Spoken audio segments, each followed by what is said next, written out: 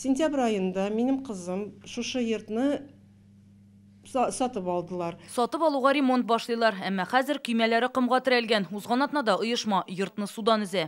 Ремонт ясар өчен безгә элементарный су кирәк. Бу айда суны вообще сүндереп киттеләр. Документлары, предупреждающий документларда юк, бер нәрсә юк. Йортларны төзегәндә ут, су, газ өчен килешү төзүче исеменә языла.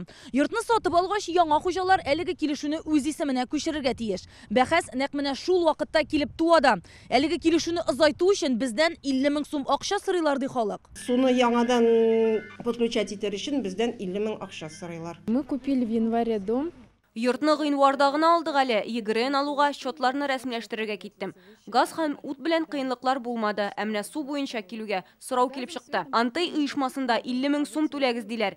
Тик біз бит йортны әзер коммуникацияләр белән сатып алдык. Бу проблема турында без бер ай элек сюжет эшләгән идек инде. Ул вакытта бөтен коммуникацияләре белән сатып алынган таунхаус хуҗаларына суны эзү турында кисәтү кәгазьләре килә башлый. Халык аптырап кала. Заключили договор. Безнең ут, су, газ буенча килешүләр кулда бар, ә башкарылган эшләр акты юк. Йортны төзүче белән сөйләштек. Ул әйтә, суны тоташтырганда андый актны сораучы булмады ди. Суны килешү нигезендә генә файдаландык диде. Сатылган һәр участокка бушлай инженер шелтәрләренең бер урынына тоташу мөмкинлеге бирелә. Ләкин участок хуҗасы аны бүлеп сата башлый һәм калган 2 йорт суга законсыз тоташкан булып чыга диләр төзелеш оешмасында.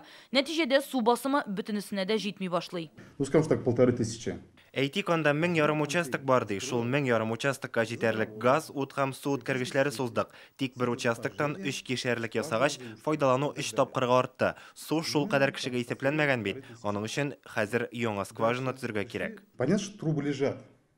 Но чтобы в трубы поставить воду, ее тоже закачать надо. Халыктан 50 000 сумны шуның өчен җыябыз диләр. Ул берничә дистә миллионга төшәчәк. Шунсыз йөзләгән кешене су белән тәэмин итеп булмый диләр. Шунда ки, участокларны ваклап сатып йортлар төзүче Антайга кишәрлекне бүлеп сатканын әйтеп тормаган булып чыга.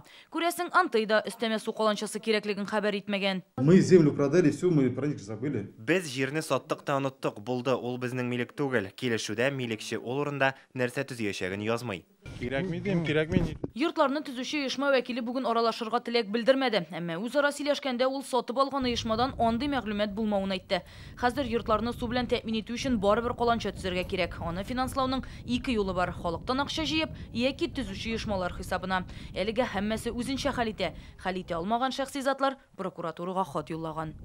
Питрәш районыннан Рания Абдрахманова, Данил Филатов, Яңа гасыр каналы.